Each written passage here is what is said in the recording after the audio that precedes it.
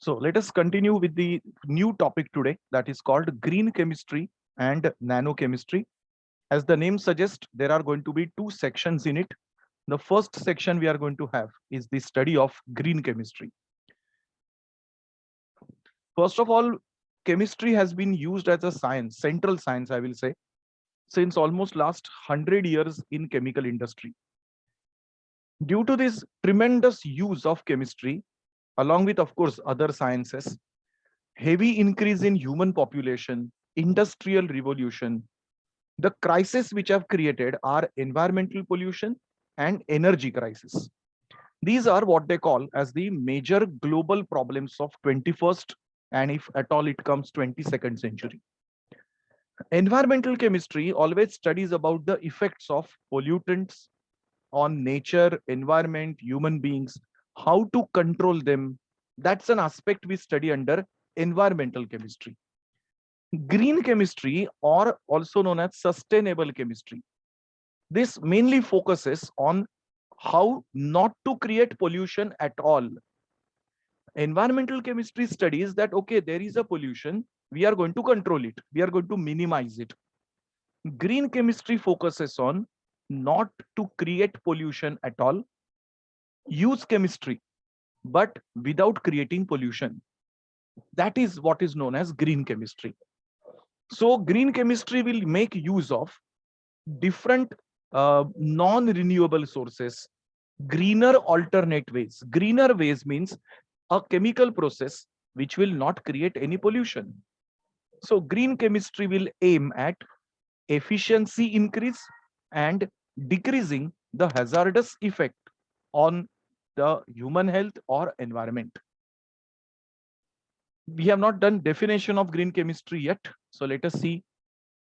Green chemistry minimizes the problems of energy crisis, as we said, and pollution. Last almost, I will say 15 to 20 years, almost every country is now adopting to green chemistry. This is going to change radically the chemical reactions, chemical processes used in chemistry. In fact, the reagents which we always use in chemistry, they are also slightly changed. Two scientists, Paul Anastas and John Warner, these people suggested 12 set of principles which govern green chemistry. They published a book on it also, Green Chemistry Theory and Practice.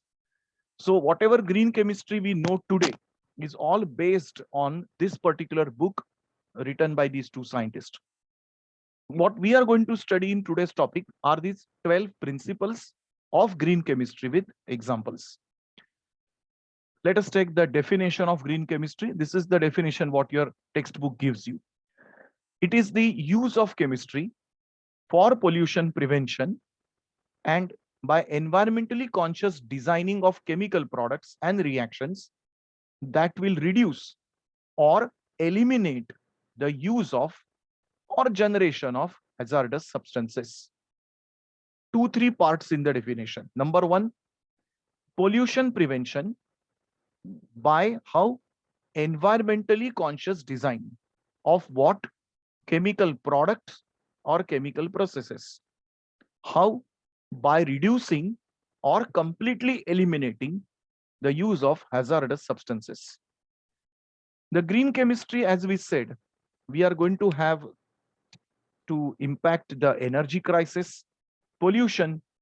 So this is totally based on the 12 principles of green chemistry. Before we take up the 12 principles, let us see another aspect of green chemistry, which is called sustainable development. Sustainable development indicates that by using these 12 principles, let us make the world use of chemistry better for the future generation.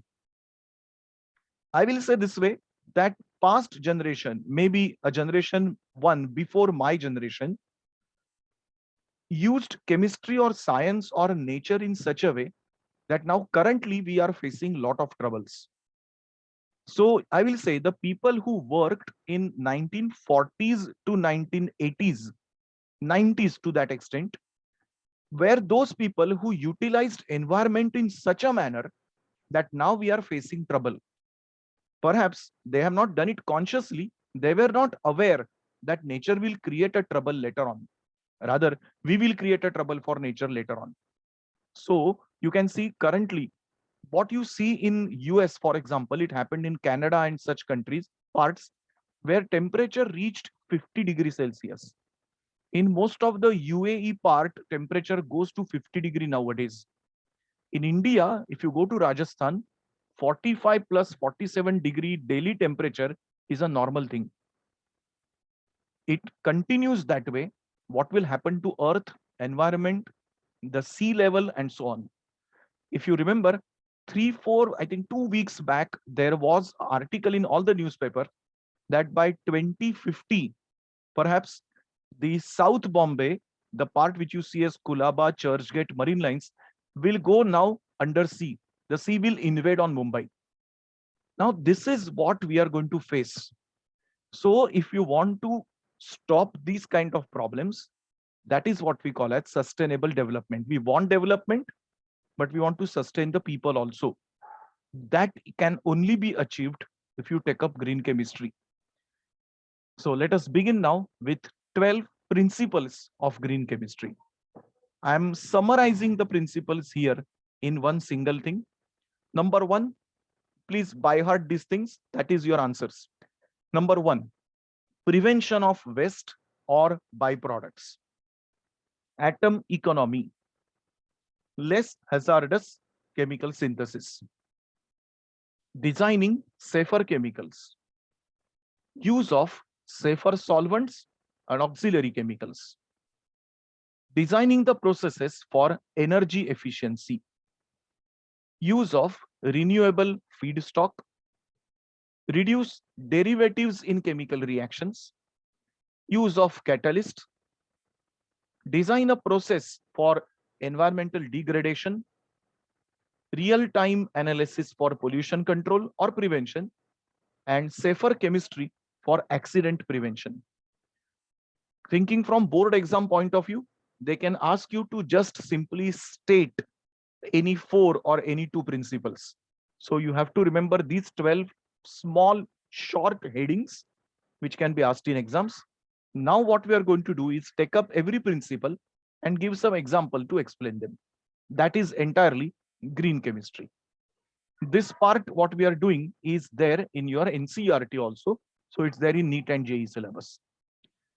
First principle we said was prevention of waste by or byproducts. According to this principle, they use what is known as zero waste technology, ZWT. Do a process, but don't create any waste materials in that. So reaction should be done such that perhaps only addition reactions are done. When you are going to do elimination and substitution, there will be byproducts created. So reactions where minimum byproducts or zero byproducts, that means no waste material created. Use such raw material, such chemical, which will not give you any byproducts. Examples. In a thermal power station, you get a lot of bottom ash. That means when you burn coal or wood, you get ash created from it. Don't throw it away. That will create garbage. Use it to make cement and bricks. Use it to make such material which can be reused again. You are using the waste material also. Number 2 example. Effluent coming from the cleansing of machine part can be used as a coolant for other power stations also. So whatever is thrown out in one industry can be used in another industry also. Please go through this. Any doubt before we take up second principle?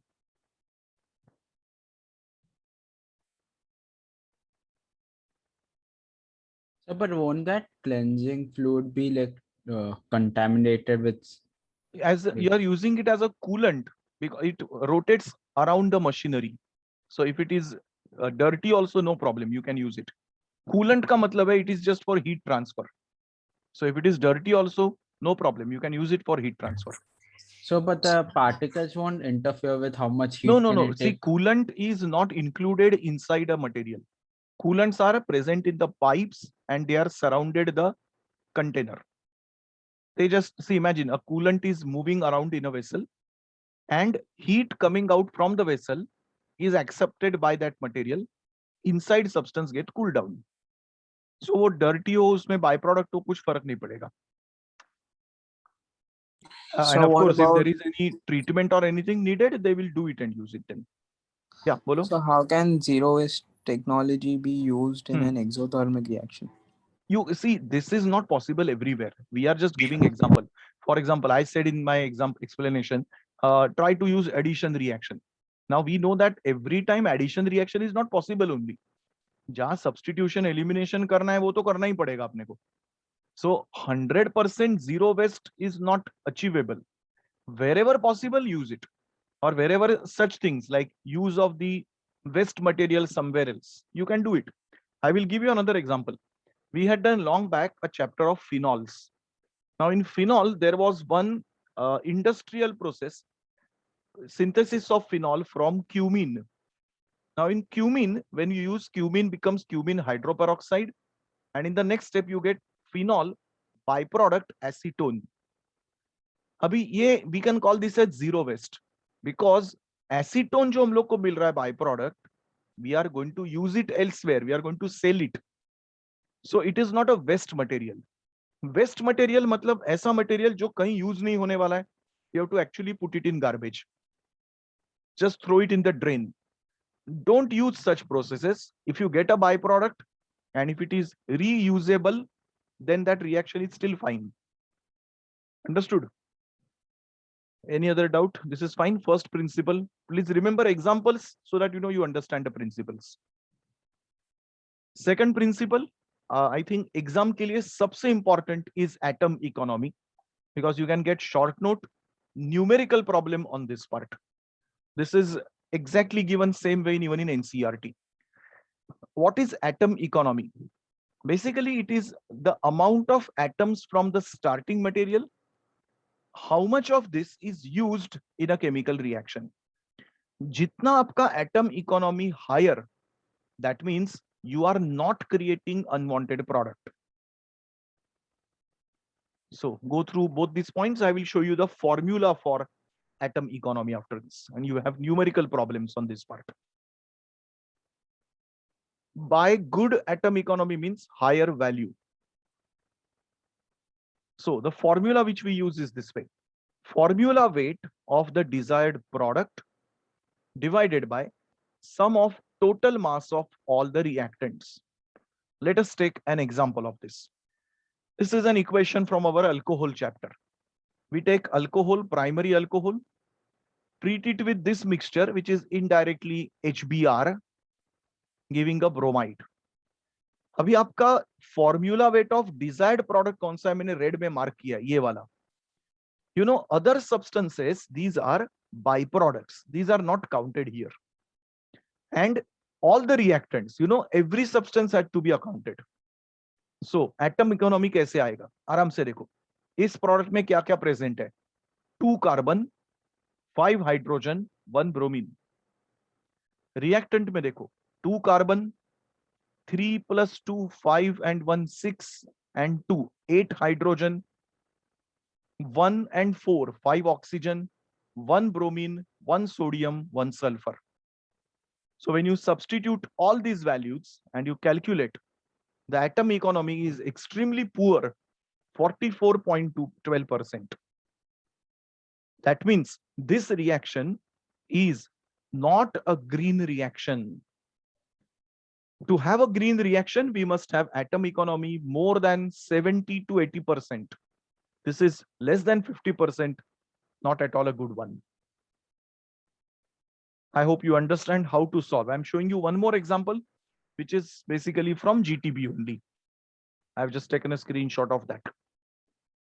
ये भी almost वैसा ही है, उन्होंने सिर्फ यहाँ पे butyl का reaction दिया है. It's also a poor economy, atom economy. Sir, ऊपर we have to do the reactant. Only product. ये पहला मेन जो product है. Product upon reactant, ध्यान में रखना. So product में सिर्फ ये पहला वाला ना CH3 हाँ CH2 ऑर्गेनिक प्रोडक्ट या मेन प्रोडक्ट, बाकी ये बाई प्रोडक्ट्स है ना सब, इसको इग्नोर करेंगे हम लोग. sir, and in the reactants all the reactants. All the reactant, yes, correct. Main product divided by all reactants, that is atomic count. Into 100 mat bhulna.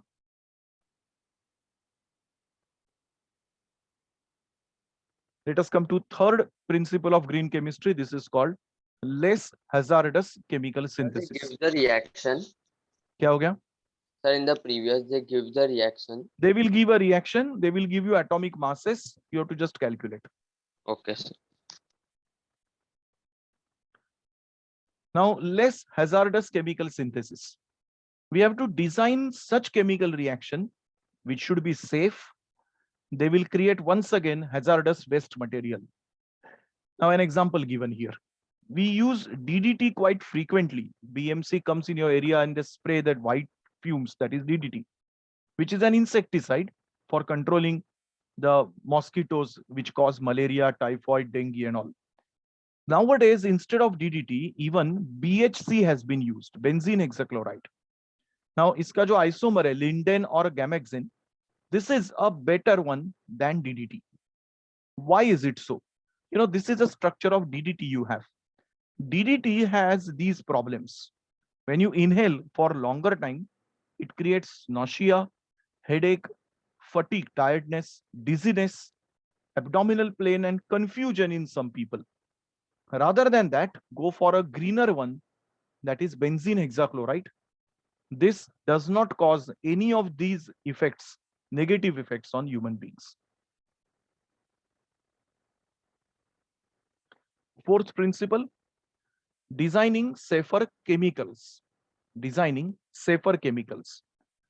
We must develop those products which are going to be less toxic, and even the starting material have to be less toxic. By toxicity, we just don't mean toxicity. We mean even carcinogenic nature also. For example, adipic acid is usually synthesized by benzene. Now, benzene is carcinogenic. Benzene is a volatile compound and creates air pollution also. Now, scientists called Drath and Frost have made a method of synthesizing adipic acid using glucose as a starting material, and which is an enzyme synthesis. Now, obviously, use of glucose is 100 times better than benzene. Use of enzymes is going to be green compared to any chemical reaction. This is called designing safer chemicals.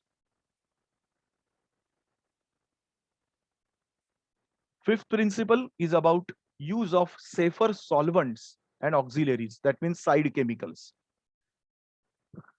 Safer solvents, they will first of all try to minimize the solvent. Wherever needed, use only that much solvent. You should not have excess solvent used. Auxiliary chemical should be as less as possible. So design a synthesis like this. Earlier, the most common solvents used in organic chemistry were methylene dichloride, chloroform, carbon tetrachloride. Now, these solvents are all toxic to environment and even to the workers in chemical industry. So we have now better solvents, the green solvents. Number one among that is water, of course, and supercritical carbon dioxide. Now, supercritical carbon dioxide is that one which is in liquid state at that particular temperature and pressure. So carbon dioxide, we know, exists in gaseous state. It can exist as dry ice, but in certain conditions of temperature and pressure, it exists as a liquid and it becomes a very good solvent also. This becomes a green solvent. Sixth principle is about designing for energy efficiency. Try to use those substances which will use the minimum use of energy. Unnecessary, we should not have high temperature and such conditions. As far as possible, use a reaction which can be carried out at room temperature. Let us think of an example from our syllabus. You know, we use hydrogenation of alkenes. It can be done using nickel. temperature needed 473 Kelvin. Do it with Raney nickel, 413 Kelvin. You have decreased 60 Kelvin. Use platinum, palladium, these catalysts. Reaction happens at room temperature. So rather than using these kind of condition, use those catalysts which will minimize energy. These are the ways in which you can minimize the energy efficiency. Proper catalyst. If possible, use reactions not by chemicals but by microorganisms. Use of renewable material, biocatalyst, microwave heating rather than just regular heating.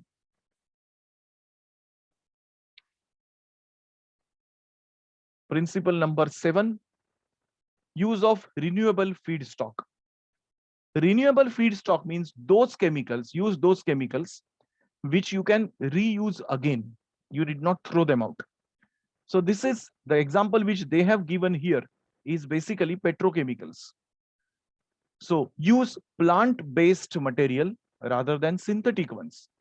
Bio students must have heard about something known as biodiesel rather than a normal diesel, crude oil and all. Please go through this whole para. Nothing much for me to explain.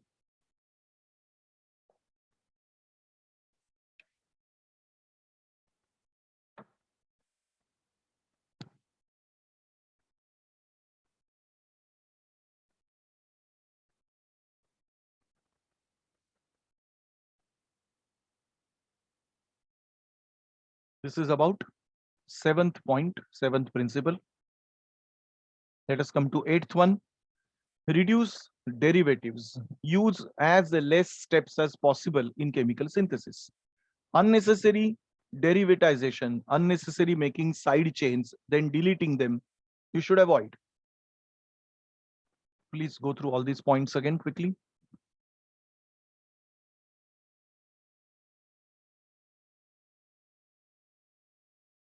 Main reason for having this thing is if you increase the number of derivative steps, atom economy decreases. We had seen second principle as atom economy. 9th principle is about use of catalyst. We don't have to say much about it. Everyone knows about it. Wherever possible, catalyst must be used because that will increase the selectivity. Minimum waste materials are created. Time and energy is saved. Now the green catalyst which we use are photocatalyst. That means use light energy, biocatalyst, and even electrocatalyst. Rather than just our regular D block elements which we use as catalyst as nickel, zinc, we don't use them. These are different catalysts which we use. Come to 10th principle, design for degradation. That means you make such chemical which can be biodegraded, discarded easily. You know, due to this biodegradation, non-toxic chemicals can be produced and they will be obviously preferred over the non-biodegradable. We had seen in yesterday's lecture itself about biodegradable polymers. Now to make separation for consumers, International Plastic Recycle Mark has been created. Household plastic or household material is classified in 7 categories. Let us see these categories. And this is a part of your practicals going to be, so please pay attention. We use several different polymers in our daily life. Some of the examples which they are going to use are high density polythene, low density polythene, which we saw yesterday, polyvinyl chloride, polypropylene, polystyrene, and polyethylene terephthalate. So how to discard these? There is a standard procedure for it. This is a symbol used for it. In case you are using some plastic material right now in front of you, you might see such kind of notations on it with different numbers written. This particular symbol, what you see of 3 arrows, this is a symbol of recycle. If it is written number 1, it indicates this material is polyethylene terephthalate. And this material is used in these things. And after recycling, you can make carpets, furniture, new containers, etc. So you have to remember these 7 terms, 7 symbols of them, and which materials we have. This is for high density polythene. This is for vinyl compounds or polyvinyl chloride.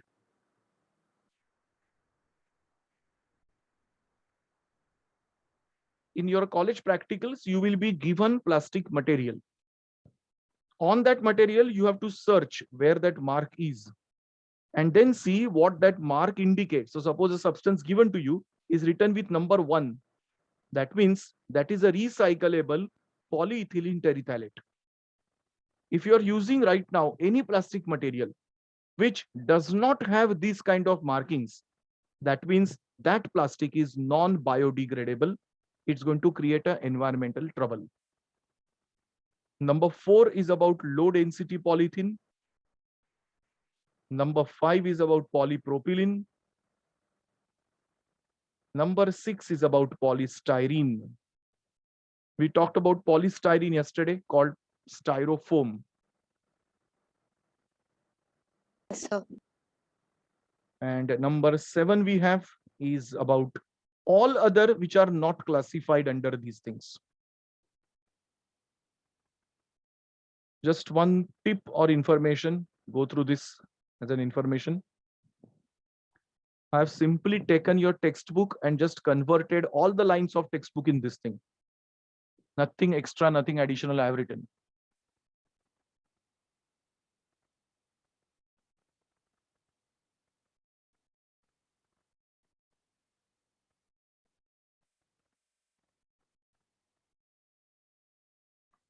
We come to 11th principle now, which is called real-time analysis for pollution prevention. What is meant by real-time analysis? When the reaction in industry is going on, at that time, we monitor the pollutants which are created. We try to destroy them there and there itself, or try to minimize them. That is called real-time analysis. Please go through this.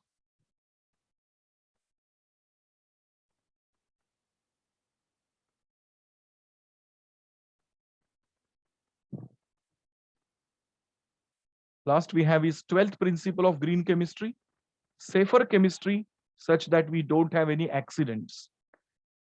You know, every laboratory may face accidents, actually from human beings' mistakes or from different use of materials, wrong use of them, and so on.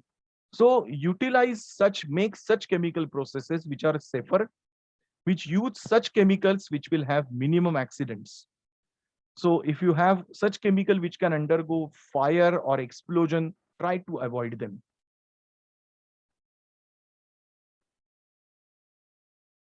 To summarize all the 12 principles again, on the website of Green Chemistry, they have given this poster.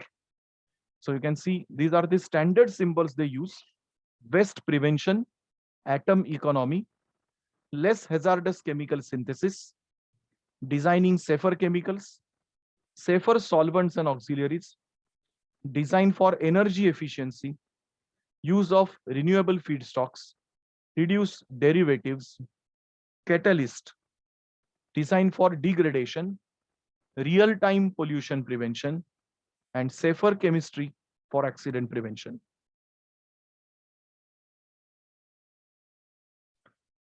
Last, these are like applications of green chemistry we have written, role of green chemistry. Please go through this. Any doubt, please ask me. I hope your screen is not off and you're not playing games.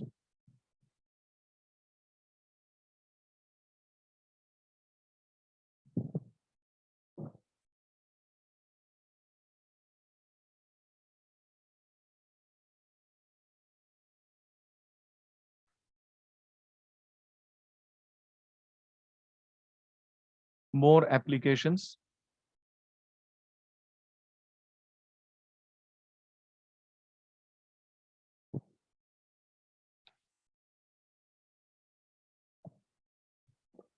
Sir, in CET and HSC, what type of question? Mainly in CET, what do they ask?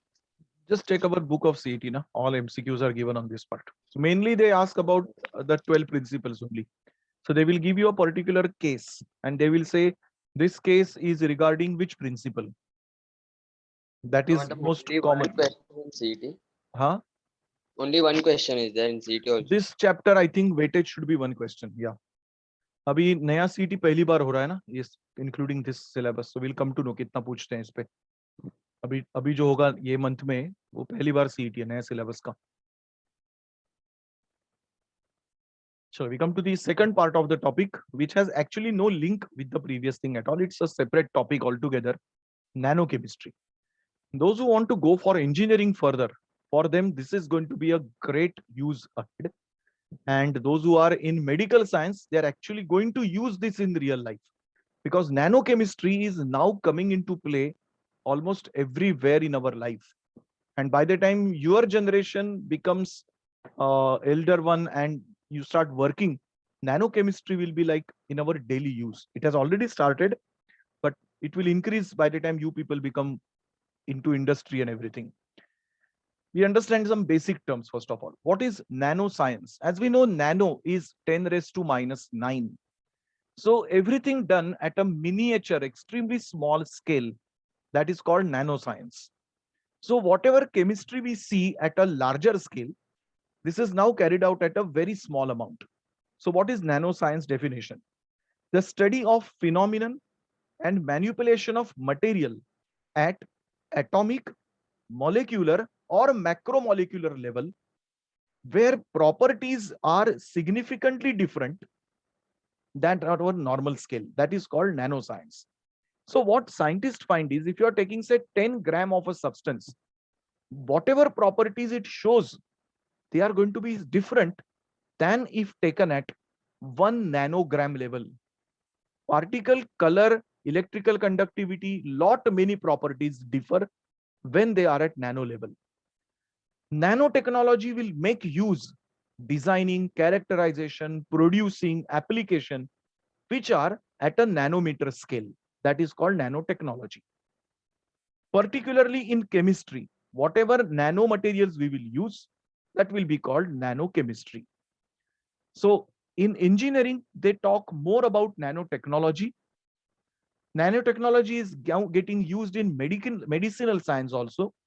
And in chemistry, we talk about nanochemistry related to chemical phenomena only. Nanomaterial is that where at least one dimension is in nanomaterial scale. What is meant by one dimension? Every substance has 3 dimensions, X, Y, Z axis.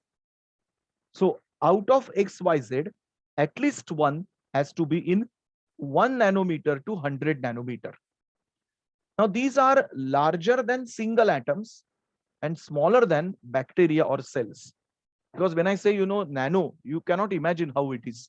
So to understand what is nano, this is the comparison given. To understand the nanoscale, size of a glucose molecule is 1 nanometer.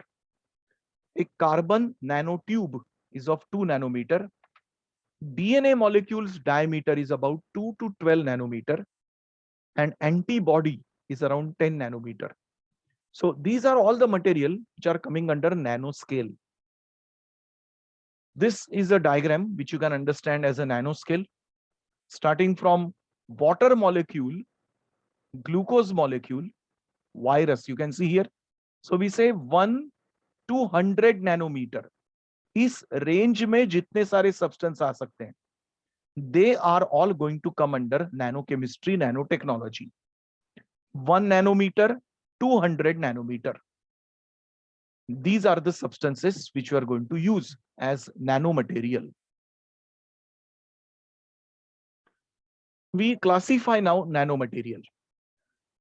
Different nanomaterials such as nanoparticles, nanowires, nanotubes, etc. are used. Now they are classified as per their dimensions. So nanostructural material can be large organic molecules, they can be inorganic, they can be metallic, they can be semiconductors also. So number one is zero-dimensional nanostructure. Now the one which is having all the 3 dimension in nanoscale, they are called zero dimension. Now please by heart this is important for exams. What we said first definition, zero dimension means the one where all the 3 dimensions are nanoscale. Next, one dimension. One dimensional nanostructure is one which two dimensions are in nanoscale. And two dimension means that where one dimension is in nanoscale. Along with each, I have given one example. To understand this better, let us understand some diagram. Every substance will have three dimensions, x-axis, y-axis, and z-axis. This is our regular dimension. So we said first zero dimension. Zero dimension mein x-axis ka length will be in nano, y-axis will be in nano, z also will be in nano. So when all three are nanoscale, it is called zero dimension. So one dimension mein kya hoga? Suppose x is in nano, y is in nano, but z is larger than nano. It will not be in nanoscale.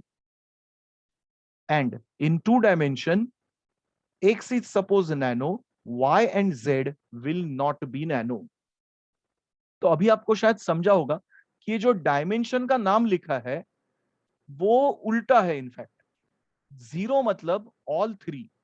सो जब one dimension बोलते हैं तो one dimension is without nano. When I say two dimensions are without nano.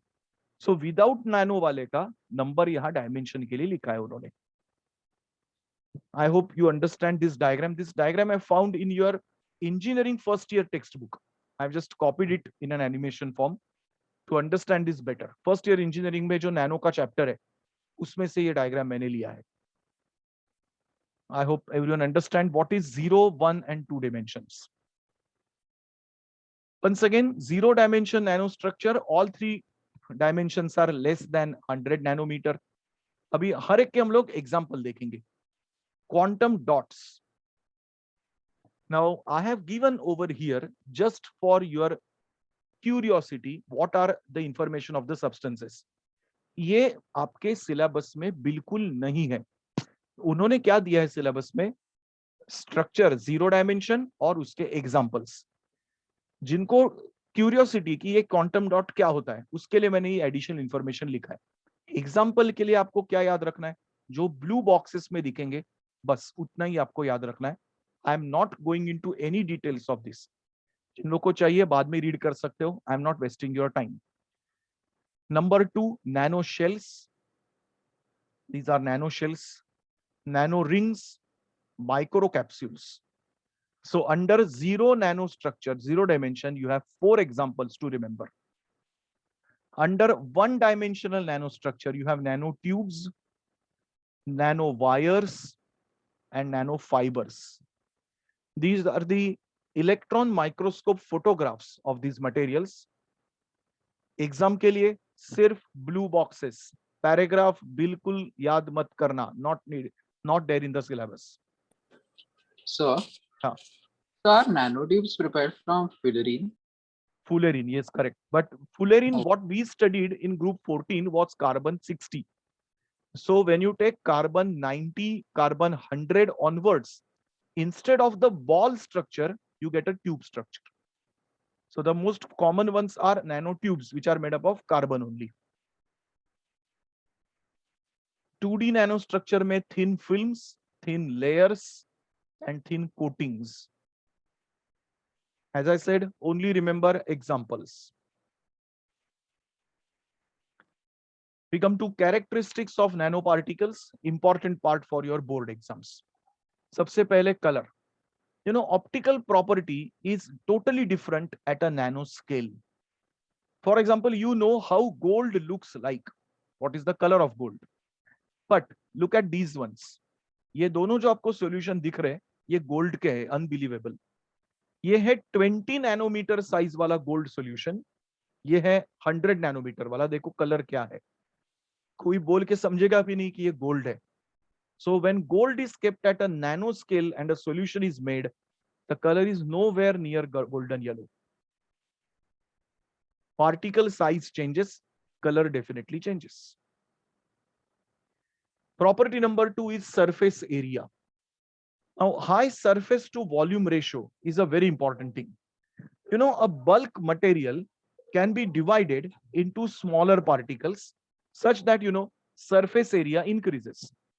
For example, you have, this block 1, whatever surface area it has. Now imagine it is divided in these 4 things. All the hidden surface area is exhibited. Surface area increases. Larger surface area, the property will become better. You can use it for chemical reaction purpose also better. Surface area increases. Please go through this slide.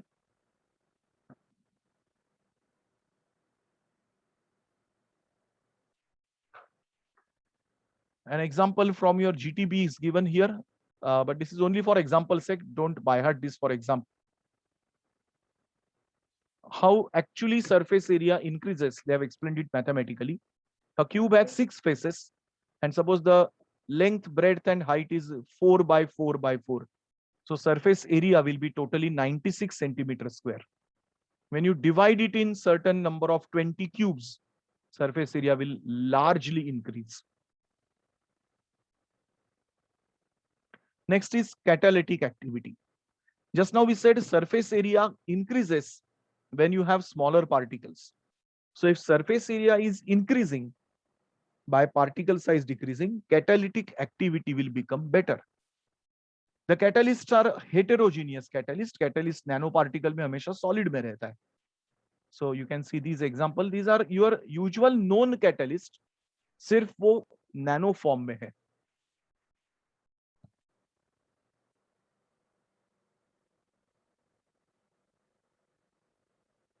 These are all good questions for your MCQs, even in HSC. This is not JEE portion, no? JEE में nano chemistry नहीं है, green chemistry है. Nano is only in HSC and MHCET. Next is thermal property. Melting point also changes when particle size changes. This is a practical example. अपना जो regular sodium होता है, उसका melting point होता है 371 Kelvin. You make 1000 atom ka sodium cluster nanoparticle. Look at this, melting point is drastically different. You make 10,000 atom ka sodium nano cluster. Once again, melting point changes.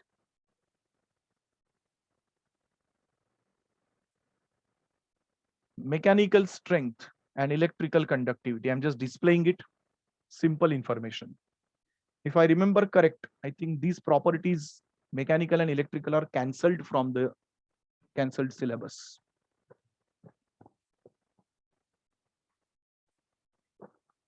Green chemistry में से कुछ भी cancelled नहीं है, और इसमें से थोड़ा थोड़ा पार्ट कैंसल्ड है.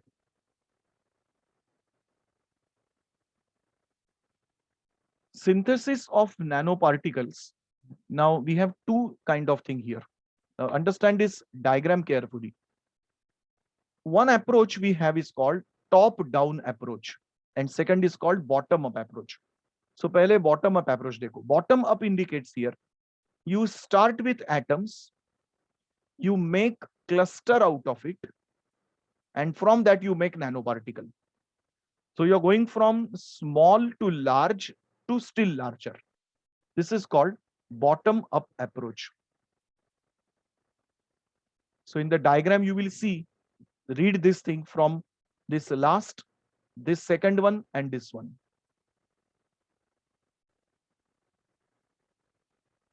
Methods used for these are aerosol techniques, chemical precipitation, self-joining of the molecules.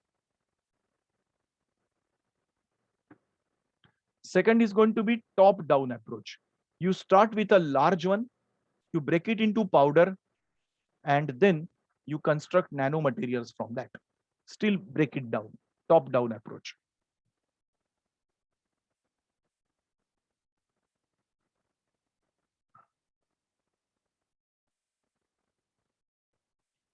Now there are processes called wet chemical or sol gel process.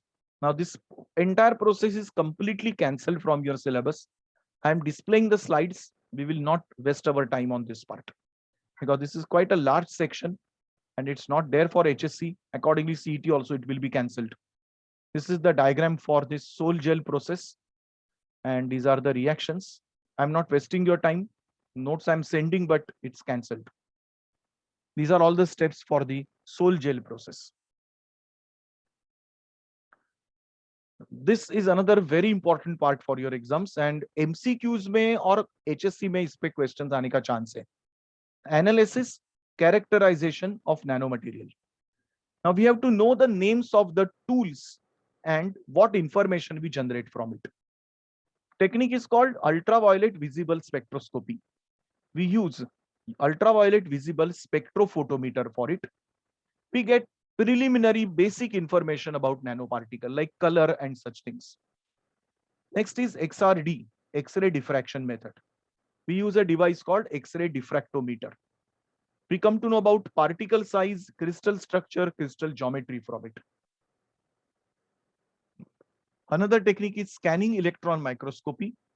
We use scanning electron microscope and we come to know about the morphology, means surface information of the material. Wherever you see in bracket the short forms, this is a question given in your even your textbook also. Give the full form of following terms: XRD, SEM. So there are around 4 to 5, so remember them. Transmission electron microscope gives us information about particle size. FTIR, Fourier transform infrared, is FTIR spectrophotometer. So you have to remember these full forms, short forms, and what information you get from these instruments. In your syllabus, they have given the photographs of all these instruments, and of course that is cancelled from your syllabus. Cancellation में ये part है, जैसे कि वो photograph exam में कहाँ पूछने वाले हैं, कैंसलेशन का कोई मतलब ही नहीं है. UV visible, x ray diffraction method, scanning electron microscope, transmission electron microscope, Fourier transform instruments. Okay, all the engineering students will be perhaps doing work on these instruments. These are quite common instruments in most of the engineering works. We come to a little part on history of nanotechnology. History doesn't indicate over here any historical things. It's related to chemistry only. Don't feel we are going to do nonsense. We feel after hearing so many things that nanomaterials are something new technology. Astonishingly, this is quite an old technology. Only people were not aware that they were using nanotechnology. Some age-old examples of nanomaterials are found in historical things. The ruby red color in ancient glass paintings, which you see on church and such things, they are basically gold and silver nanoparticles. The decorative glaze, which you actually see on medieval pottery, this is a pot photograph I found, which is from Egypt. This is found to be nanomaterial, green colored nanomaterial of chromium. Carbon black, which we use as a nanomaterial, now it has been used in tires also. Fumed silica, which is used as silicon rubber, has been used as nanomaterial now.